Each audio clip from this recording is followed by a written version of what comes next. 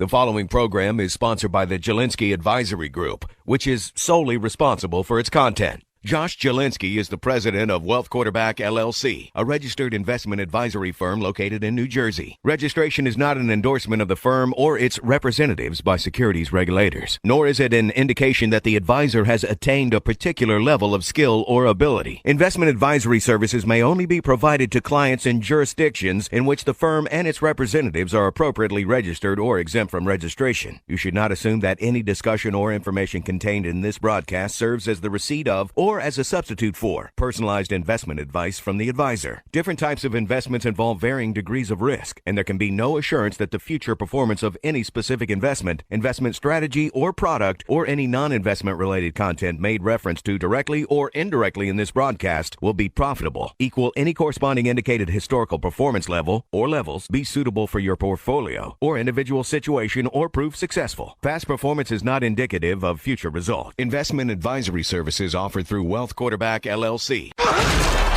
Tired of losing money in the stock market roller coaster? Frustrated with the government taxing you into oblivion? Worried about inflation? How do you prepare for so many financial uncertainties? Welcome to the show that will help you develop your game plan. The Financial Quarterback with Josh Jelinski. Josh is a noted financial advisor and president of the Jelinski Advisory Group, and he's here to answer your questions. Call into the show at 800-321-0710. 800-321-0710. Now, let's kick off your financial future. Here's Josh Jelinski. Hi, everybody. This is Josh Jelinski, the Financial Quarterback, with best-selling author David McKnight, author of the book, The Power of Zero.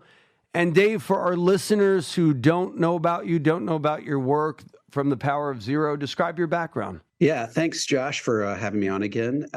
Wrote The Power of Zero back in 2013.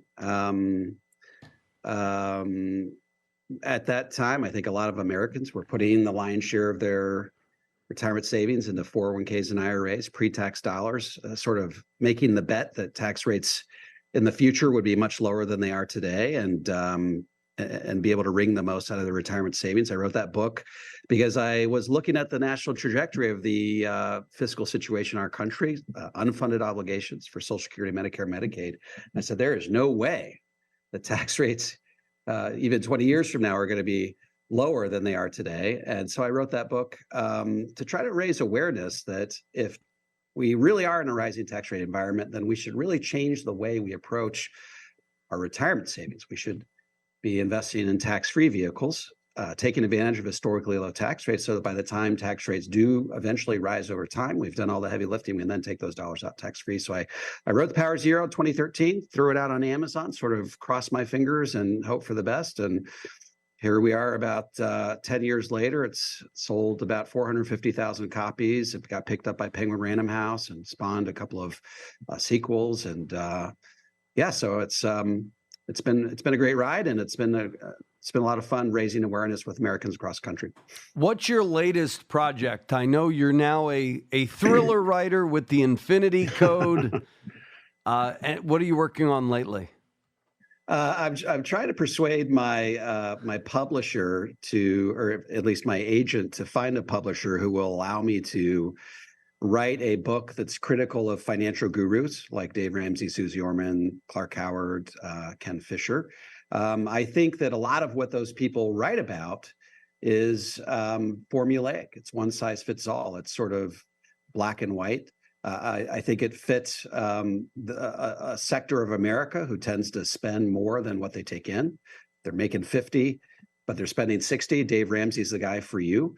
But I think they try to package your material so that it applies to all Americans, and I think that's a dangerous approach. And so I tend to, or the goal is to try to expose what I call the gap between what the financial advice that they provide and the type of advice that people that have substantial wealth actually need.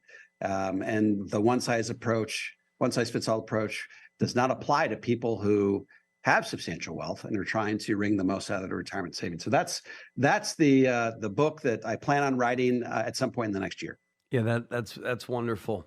So let's talk about the demographic cliff. What are we really experiencing? Because I remember when you did, I think first came on the scene, you were talking about the Peter G. Peterson Foundation and all these kind of things.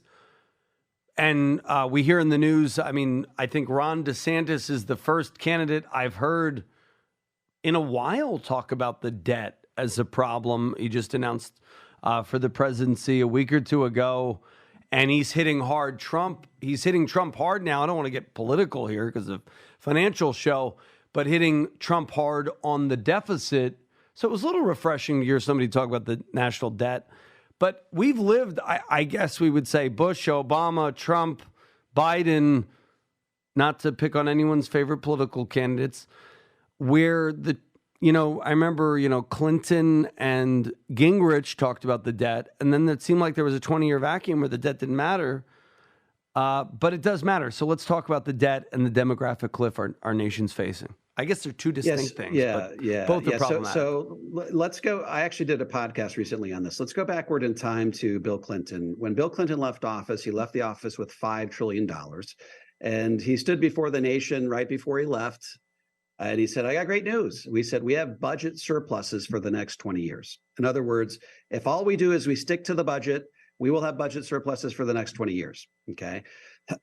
And what happened between then and now is we added on $26 trillion of debt. And we did that for a variety of reasons. We did that because of the prescription drug program. That was like $8 trillion of unfunded obligations. We financed a couple of wars. We normally raise taxes to be able to do that. We had the COVID crisis. So all of these things added up, okay, to the point where we're now at $31 trillion. So that's what drove the debt up until now. But what's going to be driving the debt between now and, say, 2033?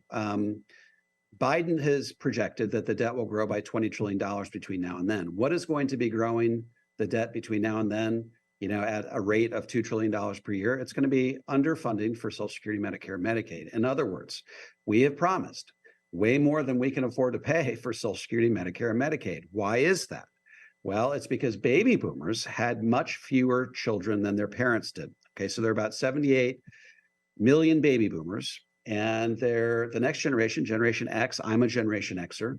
There's about 30 million fewer of us. Okay, so you now have much fewer people putting into the kitty than much more people taking out. And as baby boomers leave the workforce, they're going to stop putting money into the program. They're going to start taking money out. And as they do, we're going to approach this day of reckoning for our country. We know that, for example, Social Security Trust Fund runs completely dry in 2032 or so, which means that it's going to have to get by on simply the revenue coming in. There's no longer going to be that rainy day fund, which is money that had built up over the years that was surplus that didn't need to go out. It was just building up over time. That's going to be completely exhausted by 2032. Medicare is going to go bust a lot sooner than that. So we have these demographic issues that are that are driving these fiscal issues. And Medicare, Medicaid, and Social Security are so expensive that they are going to bankrupt our country unless we either dramatically raise taxes, dramatically modify those programs, reduce them somehow, or some combination of two. So that's really what's facing our country. And the message that I've been trying to get out is that I don't believe the federal government is going to be taking away Medicare, Social Security, or Medicaid. I think they're going to be raising huge amounts of revenue. They're going to need huge infusions of cash. At some point in the next 10 years, they're going to kick the can down the road, as we can see by these recent debt ceiling negotiations. They love to kick the can down the road. They're going to kick the can down the road, which means the fix on the back end is going to be even more severe, even more draconian, and tax rates are going to have to go up. And I'm not the only one that's saying this anymore. It's most experts do believe that tax rates, even 10 years from now, have to rise dramatically, or we go bust as a country. So the question becomes, if you are saving for retirement, should all of this information change your approach? I also think that a problem is spending. I mean, you talk about that, but I read something the other day. I don't know if you've done any research on this, but COVID spending, why are we still spending like it's COVID? If we just change our budget to, let's say, 2019, that would help us get on a path to greater fiscal responsibility. But nobody's doing that. Have you researched that? like what the budget was in 2019? No, but I mean, if history serves as a model, we know that once the government earmarks money for a program, it tends to be put in place permanently. And I think that's the fear with a lot of these programs where, they have expiration dates or whatever. Once America becomes habituated to a program, they tend to get really angry when that program gets taken away. That's why I personally believe that the Trump tax cuts will be extended for the middle class prior to 2026 and extended for another 8 years. So that doesn't surprise me if that's the case. Yeah, I believe DeSantis brought it up that, hey, one way to get a control of the debt, he was kind of critiquing the McCarthy-Biden budget deal, like, hey, guys, this isn't a real deal for the Republicans or those on the right or people, just Americans who want more fiscal restraint. The real thing is we got to go back to the pre-COVID budget because we don't have those spendings. And I think this budget deal is a sham. When will our nation live within its means? But I don't want to get, too political, but you talk about the problem. Our country is spending money like a drunken sailor on the left and the right. They're just, it's like that boy sticking his finger in the dam. The dam is all the unfunded liabilities. The dam is kind of what they're trying to do. The water it's pushing back is the unfunded liabilities. So what is someone to do with the kind of the financial storm we're in? Banking crisis of 2 months ago, it looks like, maybe another bank or two will fall, but it looks like that's sort of under control. But then we're heading straight into a recession. What are your thoughts on this recession and banking crisis of the last few months? Yeah, I tend to not have a huge, a strong opinion on the types of things that one would invest in to sort of weather these types of storms. I'm more of someone who takes a stand on the types of accounts within which you should invest. I think that this regional bank crisis, I think that there's going to be some more fallout from that. I think that more banks are going to go bankrupt. I think that the big banks will get even bigger in the meantime. I think that money will continue to flock to the big banks because they had the much higher standards in terms of supervision. In terms of the recession, I don't have a real crystal ball here, and I tend to have a long-term perspective on these types of things. But my approach would be continue to invest in capital markets, but do so within the right types of accounts. What are the right types of accounts? I think for a broad swath of Americans, the right types of accounts are tax-free accounts like Roth IRAs, Roth 401ks, Roth conversions, some types of cash value life insurance, taking money out of your IRAs up to your standard deduction, having that be completely offset so that's tax-free. And then if you can keep your provisional income low enough, then your Social Security is tax-free as well. So it's all about building a broad-based, comprehensive, balanced approach to weathering what I think is going to be the biggest storm that faces Americans over time, and that's dealing with a dramatically higher taxes down the road. I think that the market will ebb and flow based on lots of different factors between now and 2033. But I think that if we don't have our fiscal house in order by 2030 or 2033, somewhere in that time frame, I think that we're all going to be in for a rude awakening, particularly if we have the lion's share of our assets squirreled away in 401ks and IRAs.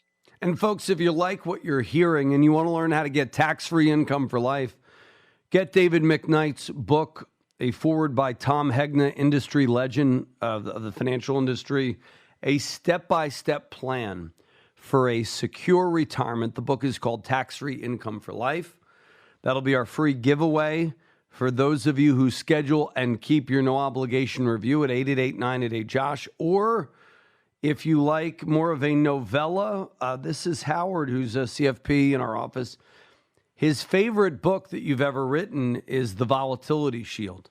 He says that does a really good job of communicating the topics that we as financial advisors try to bring up, but sometimes you just don't get it, or it's kind of boring.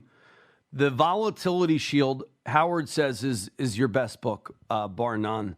So we could give that away as well, or The Power of Zero, the new update. Just call us, folks, 888-988-JOSH, 888-988-5674, 888-988-JOSH. So I'm going to ask you this. I know your favorite book now is probably The Thrill or The Infinity Code. Of all your books, what's your favorite book? And then I want you to repeat what you said and unpack, because about a few minutes ago, you just gave people, I would say, the secret to financial success in like 2 or 3 minutes. So you probably practiced that. I've heard that from you before, but I want you to unpack it and repeat it, because you're not saying, I'm going to be able to prognosticate. What I like about you is you're not trying to predict the future. You're not trying to dissuade people from investing in the capital markets. You're telling people, hey, here's what is. Here's the where you should put your money, asset location, which I think a lot of these financial books are missing. So what's your favorite book that you've ever written? And then we'll get into your comments. I don't know, Josh, that's like saying which of your kids is your favorite. Yeah. That's a tough one. That's a bad I would question. say that if you're looking for pure enjoyment level, the feedback that I've gotten the most is probably from The Infinity Code. That's a full-length novel that has financial themes. It's sort of, it's sort of a cross between a Dan Brown thriller with, some financial, with a financial book that has financial themes. That's my most recent book. But I hear a lot of people tell me, like what your CFP in your office said, that the Volatility Shield is their favorite. So people tend to like stories that have, cool twist endings and feel good endings as well. So those are probably two of my favorite. The bestseller, of course, is The Power of Zero, far and away. I think that's the one that's the sort of the bedrock of the entire Power of Zero worldview. So I certainly can't slight that book, because that's what put everything on the map. And even Look Before You Lerp, I think, answers the very question of, you've heard a lot of insurance policies are poorly structured. What is a properly structured insurance policy? I think that's a great one. And, there's a debate. I know there's this one guy who's picking on you, and then you were fighting him on social media, and then he was fighting you. I think you made him bigger, though, by you fighting with him, because you're bigger than he is. But, I think the debate, term, UL, whole life, IUL, it can sort of be dumb. The thing is, get protection, make sure your policy is properly constructed. And so I do like that book, Look Before You Lerp, because of some very intricate things. Do you want to comment on your recent, now recent, I think it was like last summer, you had a little TikTok war with somebody, or maybe it was when I was on vacation. Are you talking about the I don't even want to mention his name, the guy on YouTube who every other video is anti-index universal life? Is that the guy? Yeah, I think so. Yeah. Yeah. I mean, I wrote, I basically watched an interview that he did. And, I've got a little antenna in my head that sort of detects truth. And there were 4 or 5 things he said during this interview that just didn't seem right. And so I just wanted to correct the record. And it turns out I stirred up a big hornet's nest, and he took it very personally, which I get. I basically called his baby ugly, and he basically did a lot of things. He did a lot of huffing and puffing and challenging to debates and things like that. But I've got a busy life, and so I just let the whole thing die down, which generally I find in life is the best thing to do. But yeah, he's a big whole life advocate. I'm a big index universal life advocate, and we both feel pretty secure in our beliefs. So I guess I just left it at that. Now they say all controversy. It's like all media is good media. What did it pump your numbers on YouTube or TikTok or anything? I don't. That video that I did of him was one of my best watched videos, probably because. He had so many of his followers that actually watched it. So you took all of his followers, all of my followers, they both watched it. So it helped you then. It helped you. His clout chasing helped you. I mean, the thing is of the debate, I mean, I'm a little bit more on the whole life side, on the permanent side. But when you come to insurance, people are so misleading pro term, pro IUL, pro whole life. If you just think of it properly constructed, no insurance company, A+ rated, IUL or whole, is going to structure a product where they lose money. So we all agree on that. The difference in whole life versus IUL, and you're probably a bigger expert than I am on this, it's options pricing. It's what are they making on their yield. So people who trash IUL or whole life to the neglect of a balanced conversation, it's just like it doesn't really do anything for me anymore. I'm so tired of misinformation. I've seen good IULs. I've seen bad IULs. I've seen good whole life. I've seen bad whole life. And there are variables in both. In a whole life policy, the company can change the dividends. The company could be bought, right? I mean, those are two, I would say, negatives of a whole life policy. The big negatives. The board of directors can change the dividends every year. IUL, they can lower the caps. I mean, they can raise the cost of insurance. I mean, an insurance policy needs to be managed, once a year, do an annual review, double check it.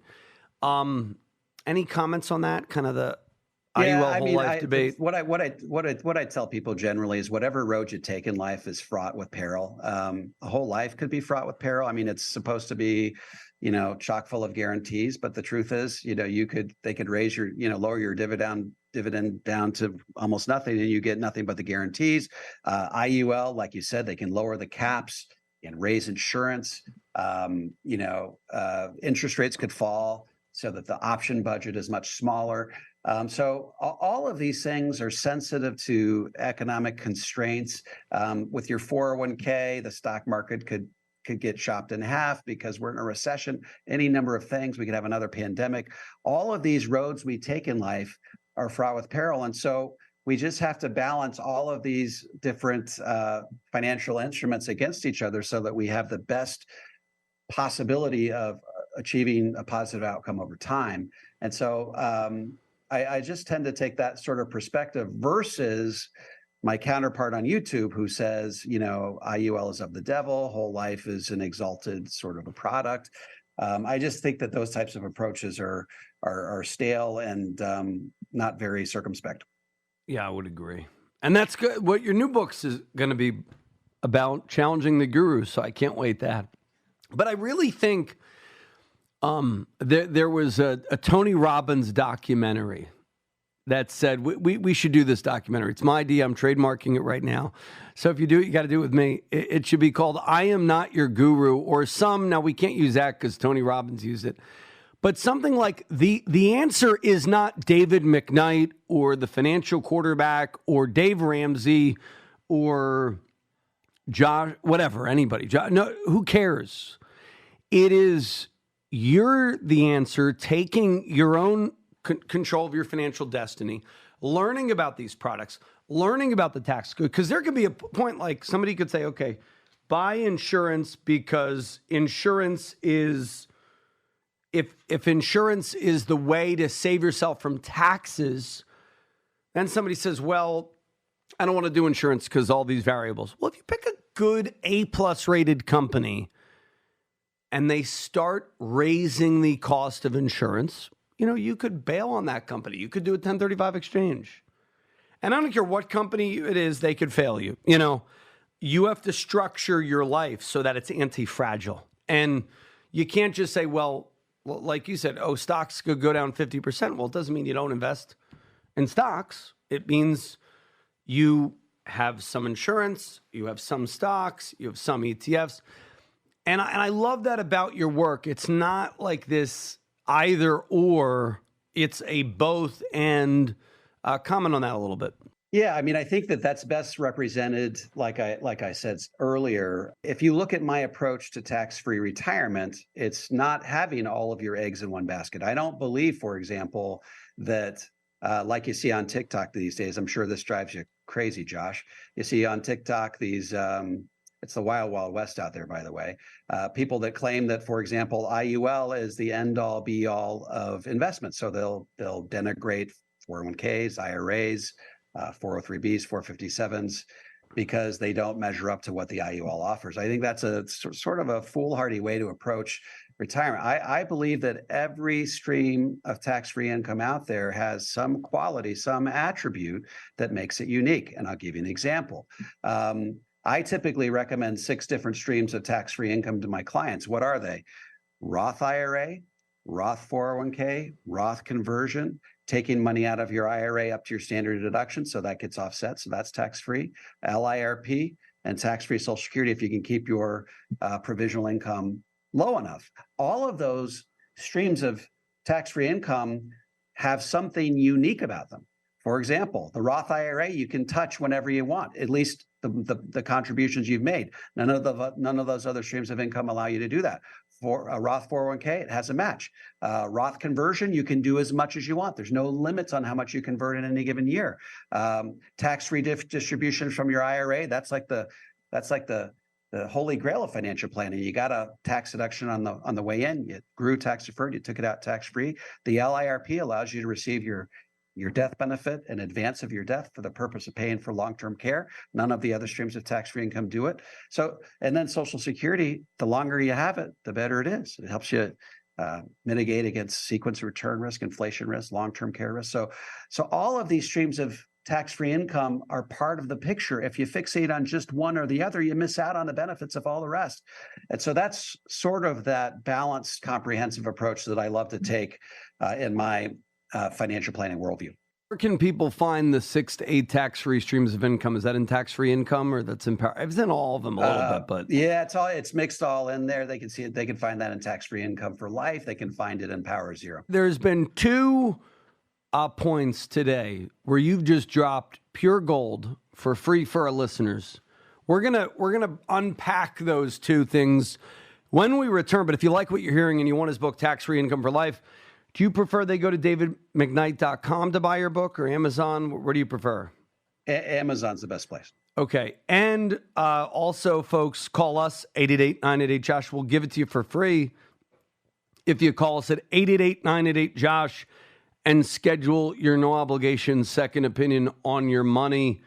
Protect your retirement savings from the impact of rising taxes.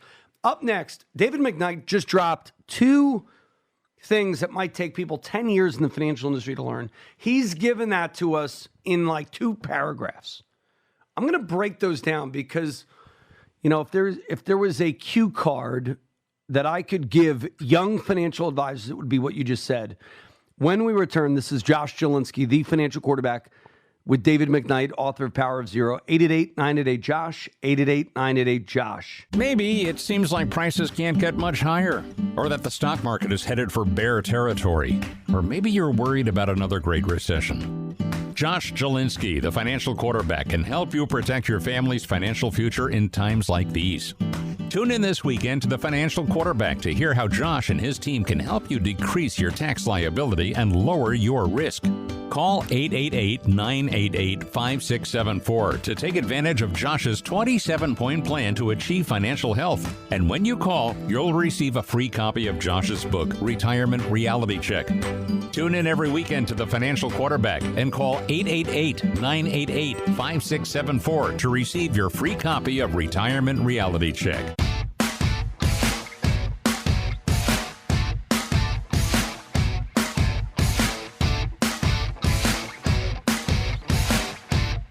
And we're back. This is Josh Jelinski, the financial quarterback, with David McKnight. We're on Spotify, YouTube, New York's biggest AM talker, WOR 710 AM. Subscribe wherever you can, iTunes. David, you dropped pure gold nuggets. I'll add 2 more. So you said there's 6 streams of tax-free income. I'm going to add 2 more, if it's all right with you. You said Roth 401k, which, by the way, that is a very underutilized thing because a small business owner can do a solo Roth 401k without any income limitation. You want to talk about that? Because people don't realize that. Roth 401k is very underutilized. Yeah. I mean, if you look at the typical traditional Roth IRA, you know, you make north of $228,000 of modified adjusted gross income. you can no longer do a Roth IRA, and you're constrained if you're over age 50 to $7,500 of contribution limits. You don't have those same types of income limitations with a Roth 401k. And the Roth 401k, you can put in not just the 22.5, but you got the catch-up of 7,500. So you can put in a total of 30,000 per year in a Roth 401k. So the Roth 401k has a lot of advantages to it. And the great part about it all is you can do both. If you're under that 228,000 modified adjusted gross income limit, you can do the 7,500 for the Roth and the 30,000 for the Roth 401k. And if you're married, your spouse can do that as well. So that's $75,000 of total contributions to tax-free accounts. And if they give you, say, a $5,000 match each, that's another $10,000 that could go into the Roth portion of your 401k. So that's, $85,000 per year you could squirrel away in a tax-free account. And that's before you ever even got to your LIRP. Wait, how do you get to 85,000? I assume that if you have a Roth 401k, maybe you get a dollar for dollar match up to 5% of your income. If you're making 100, your spouse is making 100, then that's an extra 10. And the 37.5 times 2 is a great tip that I knew, but I didn't think of it like that until you just said it. Yeah, because you could, if you own a company and let's say your spouse works for you or with you, you pay them a salary. A lot of times people don't pay their spouses a salary. I would, so that they could get that 401k, that Roth 401k. But you might say, but my accountant said I got to pay the FICA tax. I got to pay the W-2. Yeah, but you could get $75,000 a year, for 37,500 times 2 for you and your spouse. That's $75,000 a year without earning any interest over 10 years, tax-free growth. Even if you put it at a 4% money market account, people don't realize this. Money markets at the bank are paying now 4 or 5%. That's all taxable. But then the Roth, it's tax-free. So, and that taxable money market, the reason why this is so important now, folks, is there's people I see all the time. They have $1 million of cash earning 5%. They have $500,000 of cash earning 0% or 4%. They should not just keep it at the bank because that will hurt them on Social Security taxation. They will hurt them on Medicare taxation. You alluded to this earlier, but break that down because I think a lot of people are like, oh, goody, my banker is now giving me 4 or 5%. After the bank giving you nothing for 12 years, they're waking up, they're getting better interest rates, but they don't realize they're going to get screwed on taxes because that $1 million of cash or that $500,000 of cash at 4%, extra $20,000 a year that's taxable income. What are some ways, first discuss the problem and then some solutions in that regard? Yeah, so people got to remember this is all short-term capital gains, which means it gets paid at ordinary income tax rates, which means it gets piled on top of all your other income and tax on the margin. So if your highest marginal tax bracket is 32%, throw in another 8% for state tax. So now you're paying 40% tax on that 4% growth. So now you're, you only made 60% of that growth. So 60% of 4 is 2.4. So now you're barely keeping up with inflation, right? And all of that income now gets counted as provisional income. So if you're in retirement and you're taking Social Security, it increases the likelihood that you're going to have to pay tax on your Social Security, okay? And remember, if you have to pay tax on your Social Security, you got a hole in your Social Security because of taxation. How do most Americans go about plugging that hole in their Social Security? Well, they got to spend their 401ks and IRAs down to compensate. And that's could cause you to run out of money quite a bit faster than you thought possible. All because we're growing dollars in a place where really the tax is optional. I tell people all the time, if you're paying a tax in your taxable bucket, that's an optional tax. So why not? There's a lot of different ways, Josh, frankly, to get money out of your taxable bucket and into a tax-free bucket. You can contribute it to a Roth IRA if you're still working. You can take more money out of your paycheck and contribute that to your Roth 401k, fully fund your Roth 401k if you're not already doing it. You will now have a hole in your paycheck because you've taken money that you would have otherwise spent and you put in your Roth 401k. Well, compensate out of your taxable bucket. Spend the money out of your taxable bucket to compensate. You could do a Roth conversion. So you can then take money out of your taxable bucket to pay the tax on that Roth conversion. You can take money out of your taxable bucket to fund an LIRP so that you have long-term care. And if you die peaceful in your sleep, never having needed that long-term care, your children or grandchildren are still getting a death benefit. So there's all sorts of different ways to get money out of that taxable bucket if you have too much in there. But suffice it to say, if you're paying a tax of that taxable bucket, it's an optional tax. You don't have to pay it. You're choosing to pay that tax. Fantastic. And there are basically asset relocation strategies, whether it's Roths, whether it's the LERPs. Fantastic. David McKnight, author of the book, Power of Zero, free giveaway, 888-988-JOSH. Call us now, 888-988-JOSH. We'll give you one of his 3 books, Tax-Free Income for Life, great book. Also, Look Before You LERP, or The Volatility Shield, or Power of Zero. You get to pick one. Or just go on Amazon, search for David McKnight, great author, one of the best financial authors of the last 25 years. Put him up there with anybody. And his books are good. And they show you how to get in the zero bracket. A lot of people think, well, David, I make too much money to do these strategies. This sounds great, but how do I really get in the zero bracket if I'm, if I get $1 million in cash or $1 million in an IRA, how do I get to zero? And you break it down in Power of Zero. They actually can, but a lot of people don't realize that they can. Yeah, I actually have a lot of people come up to me and they say, "Oh, Dave, I got $1 million in my IRA, so I'll never get to zero, right? I'll never be able to pull this off." And I say, you got to read the chapter. I think it's chapter 6 of the updated revised version of the Power of Zero. It's called The Tax Sale of a Lifetime. There is a sweet spot in the Trump tax cuts that people often overlook. It's my very favorite tax bracket. It's a 24% tax bracket. If you're in the 22% tax bracket, Josh, let me back up and say, if you're in the 12% tax bracket, and I warn you that tax rates could potentially double in the next 10 years, and you say, okay, but you want me to bump up into the 22% tax bracket to protect myself from that? What have I basically told you? I basically told you I'm going to double your tax bracket in the short term to avoid a doubling of tax rates for you over time. That's not something that most people really get warm and fuzzy about. However, if you're already in the 22% tax bracket, why not convert your IRA to a Roth up to the top of the 22% tax bracket? By the way, the 24% tax bracket is only 2% higher, but it allows you to convert an extra $170,000 per year. So between the 22 and the 24% tax bracket, you could convert $250,000 per year and still be at a tax bracket that's lower than the future version of the 22% tax bracket, which is the 25% tax bracket. So we have this window of opportunity during which to take advantage of historically low tax rates. I do personally believe, Josh, that they're going to extend the 22 and 24% tax brackets for the middle class. And I think they're going to do it before 2024, certainly before 2026. I think that politicians that don't do that will be perceived as having raised taxes on the middle class. That's not something they want to be perceived as having done.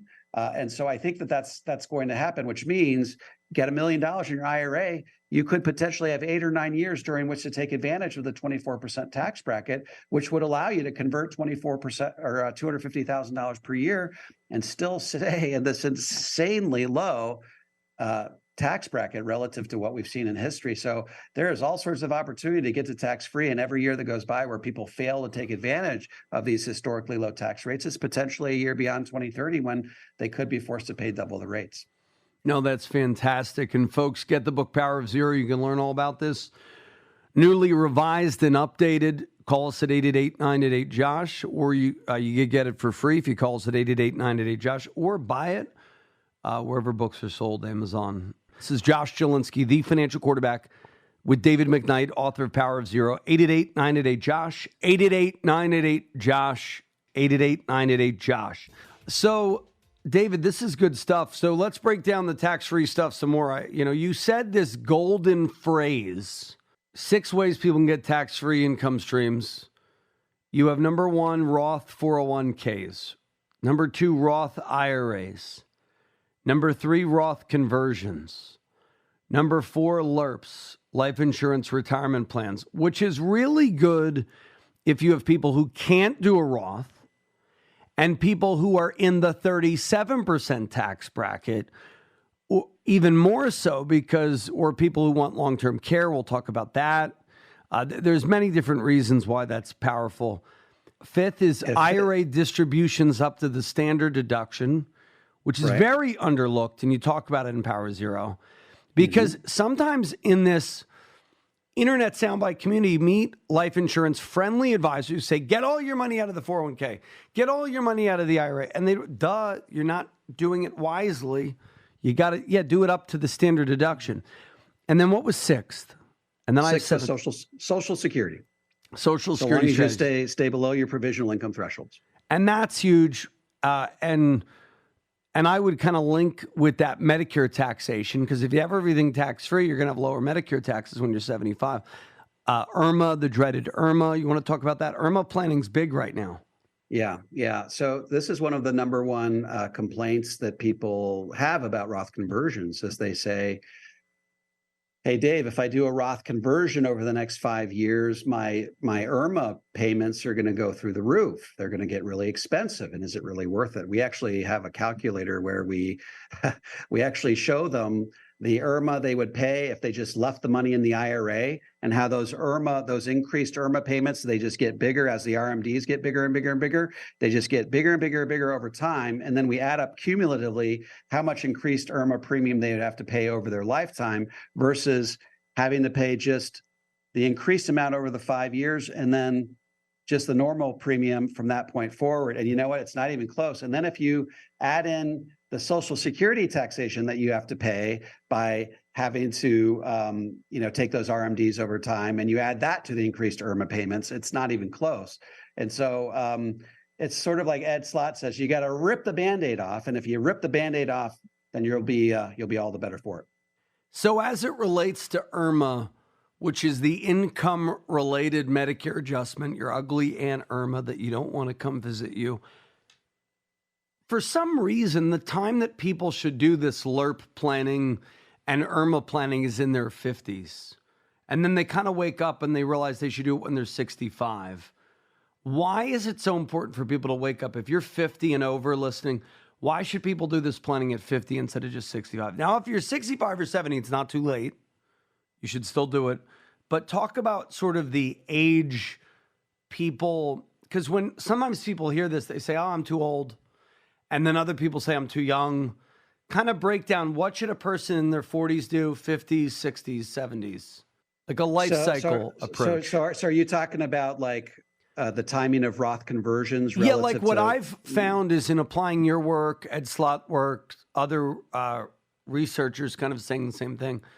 Sweet spot's like 50 to 65 because you don't have the IRMA even to deal with. So it's better to do the Roth conversions when you're still working and in your 50s, early 60s, and when you wake up, unless you're in a really high tax bracket from 50 to 65 and you retire at 65 and you're going to be, let's say you have a lot of passive income, stuff like that. Yeah, I think if you're still working, obviously you haven't taken, you're not taking Medicare yet, and you're in the 22% tax bracket. A lot of Americans that come to our workshops and come into my office, they're in the 22% tax bracket. They've done a really good job saving. They've saved 10 to 20% of their income over a long period of time. So they got $1 million or $2 million in their 401ks, but they're in that they're middle-class Americans. They're in that 22% tax bracket. For those people, it makes a ton of sense to, convert to the top of the 22, and then for 2% more, convert to the top of the 24. That makes a lot of sense because you get all the heavy lifting done, number one, before tax rates go up for good, but number two, before you have to start dealing with IRMA. The flip side is if you wait until you're 65 to do your Roth conversion, you could be in a lower tax bracket potentially, but you have to weigh that against the potential of paying higher tax on your IRMA and paying higher tax on your Social Security while you get that money transitioned to tax-free.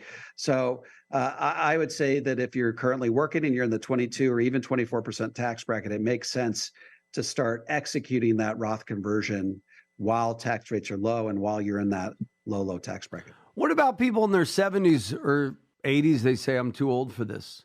It's funny. We had Ed Slott on, and we had a listener. You or Ed Slott on, and we had a listener who was in her 80s and 90s, Ed was like, don't worry about it. Spend your money. You're going to, but he didn't realize these were my listeners. These are New York, New Jersey. People listen to WR. They're frugal. They're clipping coupons, even though they have $2 million. What he should have said, and I corrected Ed because he didn't know my audience as well, even though I think we both got our start on the same basic station. My theory was if you have an 80-year-old and you haven't spent it by now, you're probably not going to spend it. So it would be far better to do the conversions, the Roth conversions from 80 to 90, even though they've changed the law with the Secure Act. Because Ed was kind of like, the Secure Act, now they got to spend it. And you know how he is. He's like, it doesn't matter. Just spend your money. You're 80. Enjoy yourself. Eat the birthday cake. Go for ice cream. But he doesn't get it. They're not doing it. So my point was, because I know our listeners a little better, from 80 to 90, do those conversions. And because they're at a lower bracket, maybe they're at 12 or 22 or 24, their kids are in a 37% bracket because their kids are very successful. And your kids could have 10 years of tax-free compounding with the Roth or with a LERP.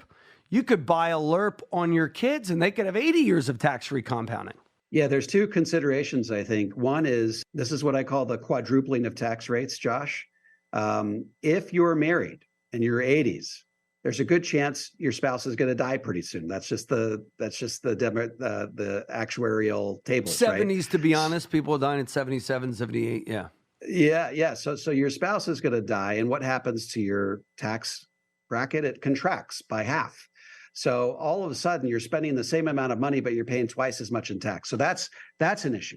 The second issue is that we're still, if you're going to be alive for 10 years, you're still under the gun when it comes to increasing tax rates. You could still potentially be exposed to higher taxes down the road.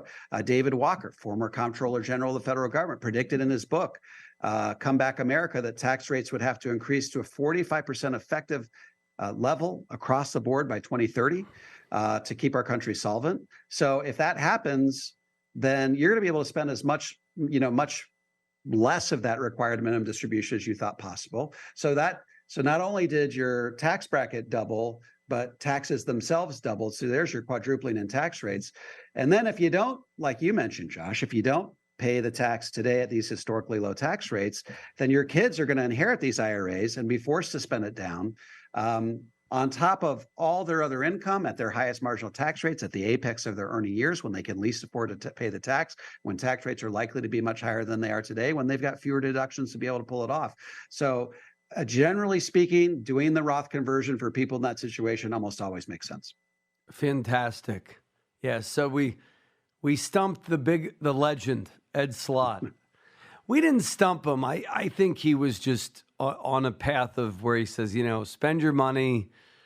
You're a certain age. God bless you. He was sweet. He felt bad for this listener who just was, saving their pennies. But what I found, if a client's not spending their money by like 80, 85, they're not spending much of it. They might take a little bit here or there. But I think you also have to incorporate, realism.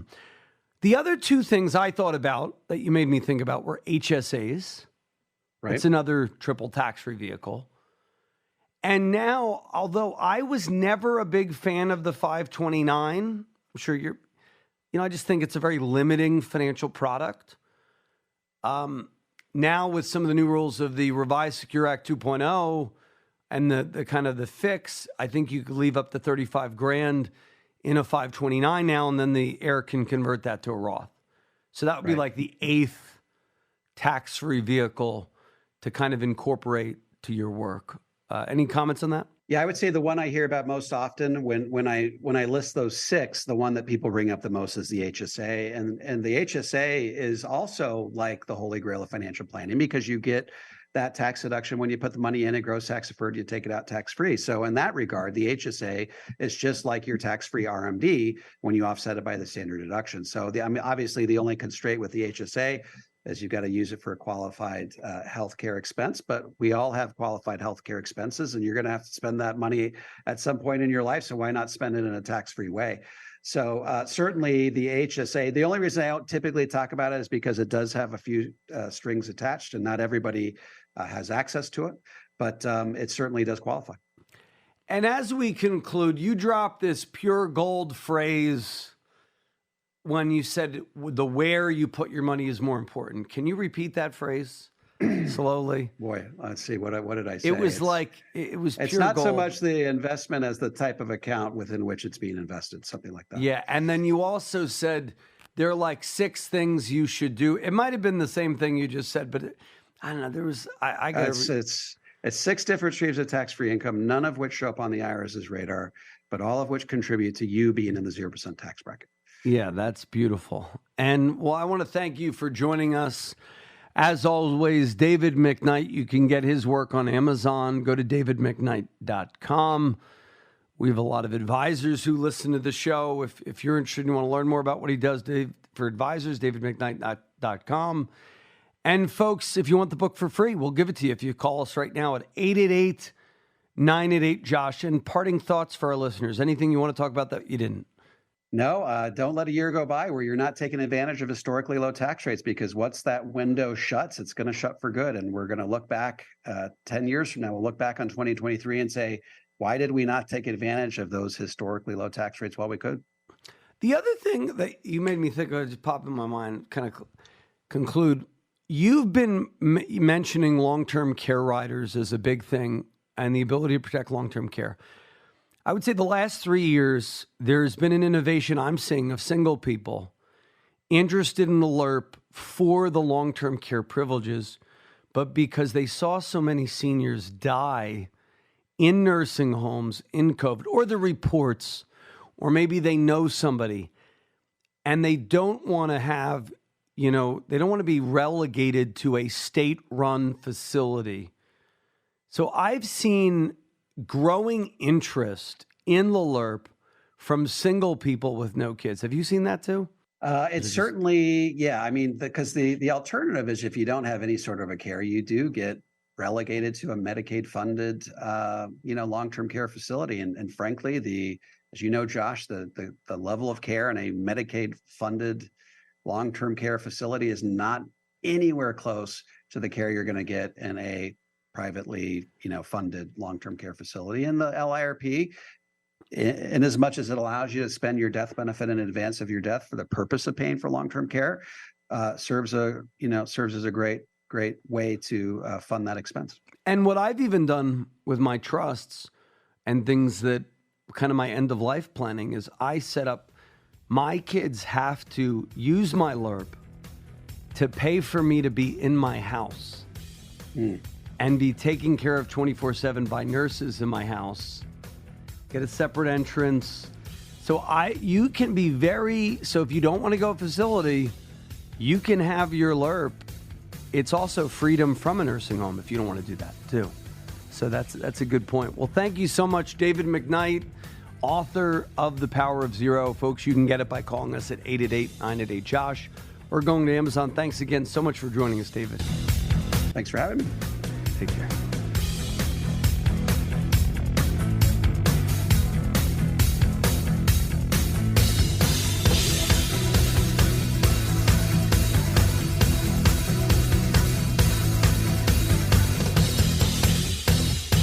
The preceding program was sponsored by the Jelensky Advisory Group. Any awards, rankings, or recognition by unaffiliated third parties or publications, including 5-Star Wealth Manager, Advisory of the Year finalist by Senior Market Advisor, and top of the $1 Million Roundtable, are in no way indicative of the advisor's future performance or any individual client's investment success. No award, ranking, or recognition should be construed as a current or past endorsement of Josh Jelensky or Wealth Quarterback LLC. Information regarding specific awards, rankings, or recognitions is available on the Wealth Quarterback website at jelensky.org. All investment strategies have the potential for profit or loss. Investment strategies such as asset allocation, diversification, or rebalancing do not assure or guarantee better performance and cannot eliminate the risk of investment losses. There are no guarantees that a portfolio employing these or any other strategy will outperform a portfolio that does not engage in such strategies. This broadcast should not be construed by any client or prospective client as a solicitation to effect or attempt to effect transactions in securities or the the rendering of personalized investment advice. Due to various factors, including changing market conditions, the information discussed in this broadcast may no longer be reflective of current positions or recommendations. While information presented is believed to be factual and up to date, Josh Jelinski and Wealth Quarterback do not guarantee its accuracy, and it should not be regarded as a complete analysis of the subjects discussed. The tax and estate planning information discussed is general in nature, is provided for informational purposes only, and should not be construed as legal or tax advice. Listeners should consult an attorney or tax professional regarding their specific legal or tax situation. Investment advisory services offered through Wealth Quarterback LLC.